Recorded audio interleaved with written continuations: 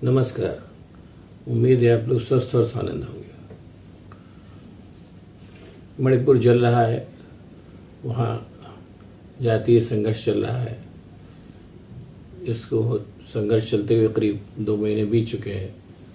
सैकड़ों लोग मर चुके हैं, हज़ारों लोग बेघर हो चुके हैं और इतनी खराब हालत के बावजूद न अपने प्रधान सेवक मोदी जी को फुर्सत है कि मणिपुर के बारे में कुछ सोचें या करें, और उनका बाकी अमला भी वैसा ही है।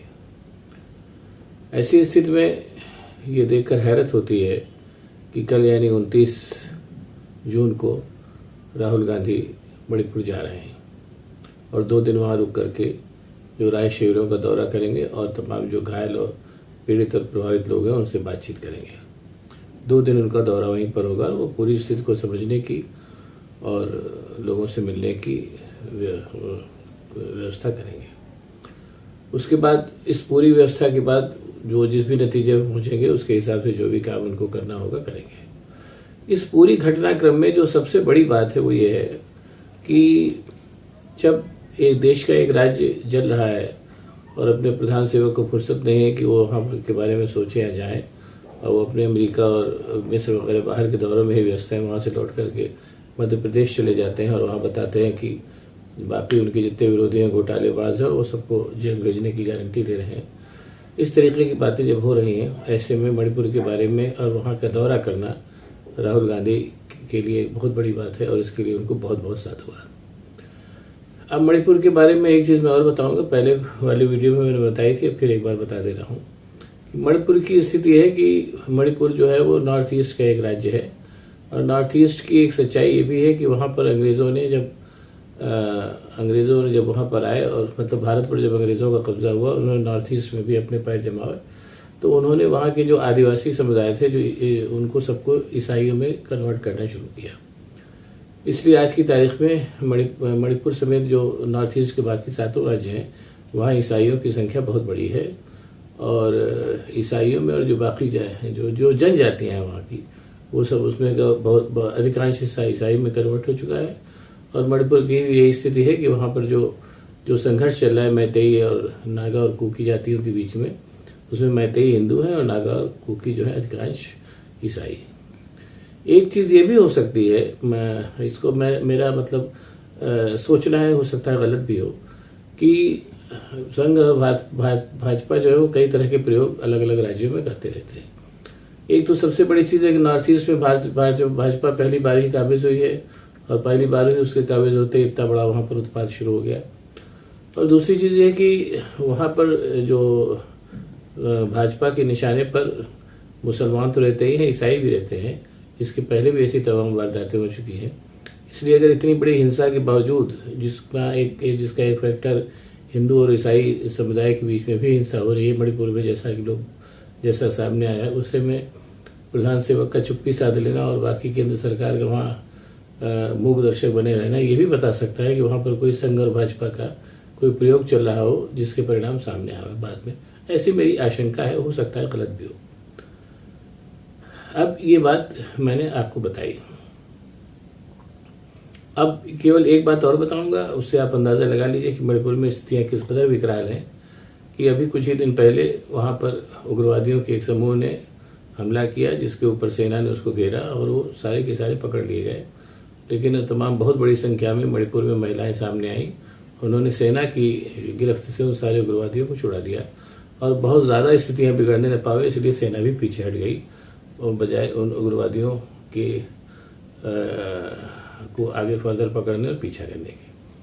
इससे भी यह बात जाहिर है कि जब इतनी हिंसा इतनी उग्र हो चुकी है कि जब सेना को भी इतनी संवेदनशील मामले में पीछे हटना पड़े, तो इसी से आप अंदाज़ा लगा सकते हैं कि मामला किस कदर ख़राब हो चुका है, जिसके बारे में न अपने प्रधान सेवक मोदी जी और न उनके सारे अलमबरदार कुछ भी नहीं कर रहे हैं।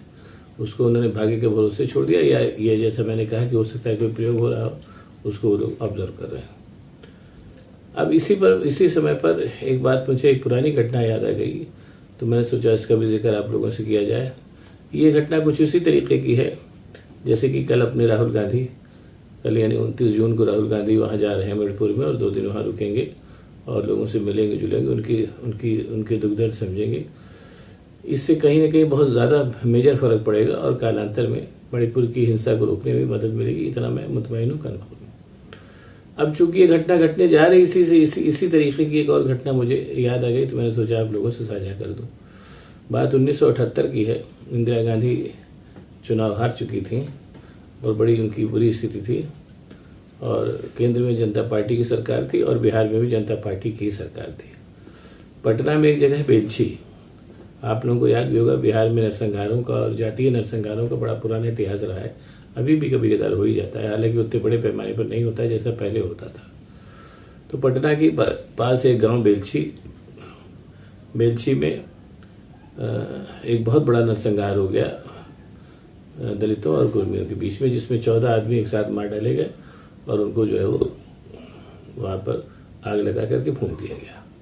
ये एक बहुत बड़ा नरसंहार था जिसको लेकर के लोग बड़ी चर्चा हुई, और आश्चर्य की बात है कि पटना में ही वो गांव था, लेकिन उसके बावजूद न तो केंद्र से कोई जनता पार्टी का नुमाइंदा पहुंचा और न ही बिहार में राज्य से कोई जनता पार्टी का नुमाइंदा वहाँ पर इतनी बड़ी घटना के बावजूद पहुंचा। इंदिरा गांधी को इस बात की खबर लगी, वो पहुंची, और वहाँ पहुंचने के बाद जब वो गांव तक तो पहुंच गई, लेकिन गांव पहुंचने के बाद फिर घटना स्थल तक जाने के लिए, उस समय 77 की बात बता रहा हूँ, मतलब सोचिए आज से करीब 50 साल पहले, घटना स्थल तक पहुंचने के लिए वहाँ कोई साधन उपलब्ध नहीं था। तो फिर ये हुआ कि इंदिरा गांधी ने कहा कि कोई ना कोई साधन तो होगा ही। तो लोगों ने कहा साहब इस समय घटना स्थल को केवल हाथी के माध्यम से पहुंचा जा सकता है। इंदिरा गांधी ने कहा हाथी की व्यवस्था की जाए, और हाथी पर चढ़ करके इंदिरा गांधी और उनके साथ साथ प्रतिभा देवी सिंह पाटिल जो बाद में भारत की राष्ट्रपति बनी, वो दोनों महिलाएं वहाँ पर पहुंची। ये घटना जो थी इस कदर तहलका मचा देने वाली थी कि पूरी दुनिया का ध्यान फिर बेलछी की तरफ गया, और बेलछी को लेकर के, उस पूरे नरसंहार को लेकर के जो कुछ भी कानूनी कार्रवाई होनी थी वो हुई, और वहाँ के लोगों को न्याय मिला। उसी समय एक बड़े मशहूर पत्रकार हुआ करते थे, खुशवंत सिंह साहब, आप सब लोगों ने भी उनका नाम सुना होगा। उन्होंने उसी एक बड़ी मशहूर मैगजीन निकलती थी उसमें, इलस्ट्रेटेड वीकली, उसी समय उन्होंने उसमें एक आर्टिकल लिखा कि इंदिरा गांधी रिटर्न्स, और वो आर्टिकल बड़ा फेमस भी हुआ। और उस समय जिस समय की घटना है, उस समय इंदिरा गांधी और कांग्रेस की इस कदर बुरी हालत थी कि इस आर्टिकल को लिखने के बाद फिर खुशवंत सिंह साहब का बड़ा मजाक उड़ाया लोगों ने, लेकिन हुआ वही, और 1980 में इंदिरा गांधी वापस आ गई। तो सत्ता से आना जाना तो लगा ही रहता है, वो तो एक जो बात है वो होती है, लेकिन बेसिक बात ये होती है कि आप जो है वो जनता के साथ उसके सुख दुख में खड़े रहें। सत्ता में आप हैं तो आप लोगों के साथ हैं, और सत्ता में नहीं है तो उनको आपको कोई लेना देना उससे नहीं। और उससे भी बड़ी बात है कि सत्ता में होने के बावजूद आप किसी के लिए कुछ नहीं कर पा रहे हैं, ये तो और भी बड़ी बात है, जैसा फिलहाल मणिपुर में हो रहा है। इतने बड़ी दंगे, इतनी बड़ी मामले में इतनी अव्यवस्था, इस कदर क्या नाम है अराजकता के बावजूद केंद्र सरकार का कोई भी नुमाइंदा उसको लेकर के सीरियस नहीं दिखता है। ये बहुत ही मतलब सोचनीय बात है। और ऐसी अराजक स्थिति में अगर राहुल गांधी मणिपुर जा रहे हैं, तो मैं फिर उनको फिर बताता हूँ कि वो साधुवाद के पात्र हैं, और कहीं ना कहीं ये बात भी वो साबित कर रहे हैं कि उनके अंदर उन्हीं इंदिरा गांधी का रक्त है जो इतनी विकट परिस्थितियों में बेलछी गई और इतिहास की धारा को उन्होंने पलट दिया। अब अगर ये वीडियो आप लोगों को पसंद आए तो इसको शेयर कीजिए, लाइक करिए, और साथ ही साथ मेरे चैनल को सब्सक्राइब करिए, ताकि मैं और भी इसी तरीके की बातें आप लोगों को बताता रह सकूँ। बहुत बहुत धन्यवाद। नमस्कार।